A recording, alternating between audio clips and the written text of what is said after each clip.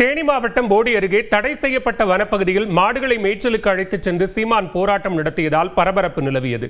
கால்நடைகளுக்கான மேய்ச்சல் நில உரிமை கோரி தேனி மாவட்டம் போடி அருகே குரங்கணி மலைச்சாலையில் உள்ள தடை செய்யப்பட்ட காப்பு காடுகளில் மாடு மேய்க்கும் போராட்டம் நடத்தப்படும் என்று நாம் தமிழர் கட்சியின் தலைமை ஒருங்கிணைப்பாளர் சீமான் ஏற்கனவே அறிவித்திருந்தார்.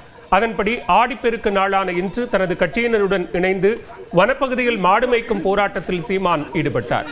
போடி மூணாறு சாலையில் உள்ள முந்தல் பகுதியில் தொழுவத்தில் அடைத்து வைக்கப்பட்டிருந்த நூற்றுக்கணக்கான மலை மாடுகளை அழைத்துக் கொண்டு அடவுப்பாறை பகுதியில் உள்ள மலையை நோக்கி சென்றனர்.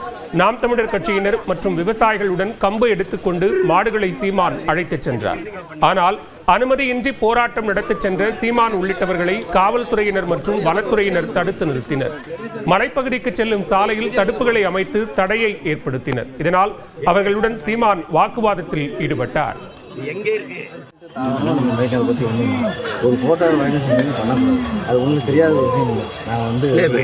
நீங்க தானே சொன்னீங்க மேய்க்கலாம். நீங்க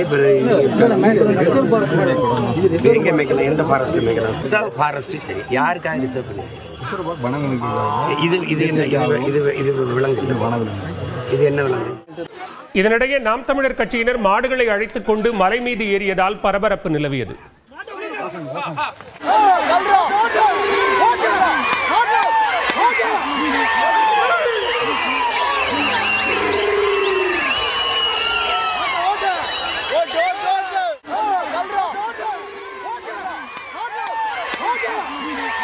வனப்பகுதியில் மலைமாடுகள் மேய்வதற்கு தடை விதிக்கும் முன்பு மாற்று இடம் வழங்காதது ஏன் என்று சீமான் கேள்வி எழுப்பினார்.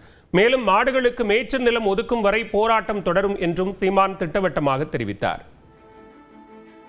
இத்தனை ஆயிரம் ஆண்டுகளா நாங்க இந்த மாடுகள் அந்த மலைகளில் மேய்க்கிறோம். இத்தனை 100 ஆண்டுகளா மேய்க்கிறாங்க எங்க முன்னோர்கள். நேற்று இன்னைக்கு செய்யற வேலையா சொல்லுங்க.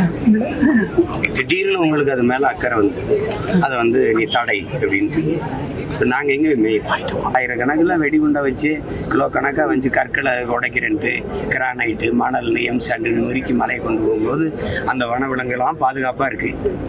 குண்டு வச்சு டம்முன்னு அறுத்து இது பண்ணும்போதெல்லாம் பாதுகாப்பாக இருக்குது. என் மாடு ஆடும் போய் ஓரத்தில் மேய்றதுல அதுக்கு பாதுகாப்பு இல்லாமல் போயிடும். அப்படியா? மலைப்பகுதியில் மாடுகளை மேய்க்க அனுமதி அளிக்க வேண்டும் என்று விவசாயிகள் வலியுறுத்தினர்.